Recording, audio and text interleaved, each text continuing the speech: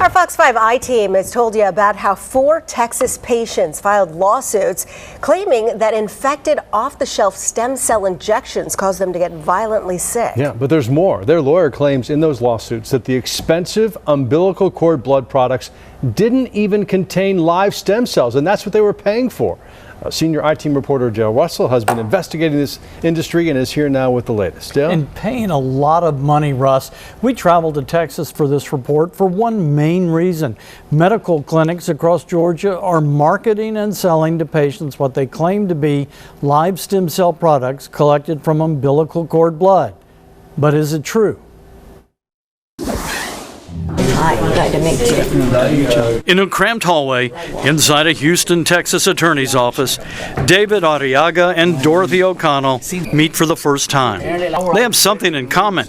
Both were infected with bacteria after receiving what they believed was a live stem cell treatment. It hasn't been easy for me, so I can't imagine what it's been like for you. They wanted to relieve back pain. Instead, according to this CDC report, they were hospitalized after an injection with a non-FDA approved umbilical cord blood stem cell product. It's something I don't wish on anyone. And to make it worse, their lawyer claims in a lawsuit that there are no live stem cells in the product they paid thousands of dollars for. I think it's selling them something with a bunch of smoke and mirrors. The Fox 5 I-Team has been investigating the off-the-shelf stem cell industry for weeks. Doctors and chiropractors market these cryogenically frozen fluids from a donor mother's umbilical cord. They inject the fluid into a patient's back, knees, joints, promising to rejuvenate cells and eliminate pain. Patients like David Arriaga and Dorothy O'Connell. So there are patients who have bacterial infections that have suffered complications from an illegally marketed product. The CDC in Atlanta announced 13 patients in 3 states were hospitalized because of an infection from a bacterial contamination of a stem cell product.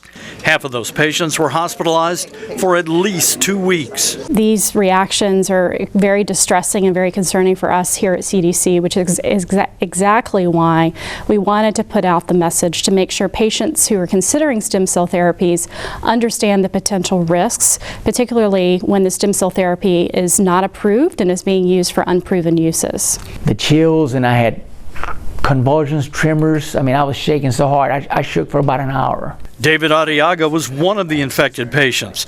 He chose stem cell injections to reduce his stabbing back pain. Not long after the shot, he was horribly sick. I was done.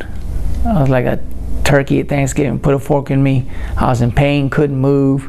According to court records, David Arriaga had a fever, chills, and was sweating. His sister was so worried she rushed him here to the emergency room at Memorial Hermann Hospital outside of Houston. Court records indicate Arriaga had a bacterial infection and an abscess near his spine. He was rushed to another hospital for emergency surgery. It took weeks of agonizing pain for Arriaga to recover. Once he did, he filed suit. I want to get as much of my health back, and I don't want anybody to go through this. The pain that these folks described was an order of magnitude worse than I'm used to hearing. Hartley Hampton is a Houston lawyer.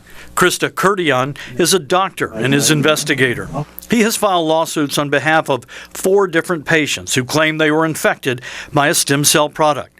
Hartley claims in his lawsuit that the product not only was contaminated and caused his clients to get violently ill, but it contained no living cells and therefore no stem cells. Do you believe there's live stem cells in this product?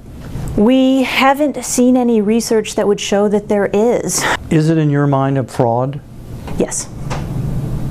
Because people aren't getting what they think they're getting. Correct.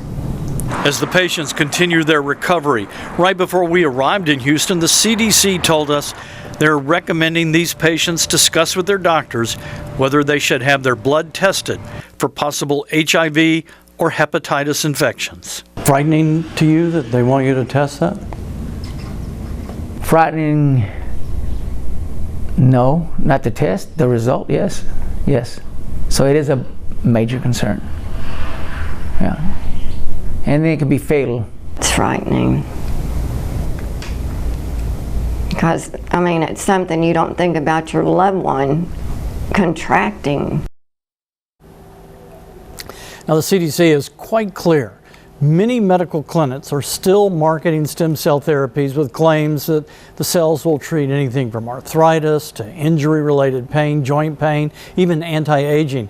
But the CDC says the use of umbilical cord blood stem cells to treat these conditions is not approved by the FDA unless the product is part of a clinical trial and is being studied under a plan submitted to the FDA. And Russ and Sine, people need to do their homework before they put their money down on these products. Yeah, lose their money and lose their health too.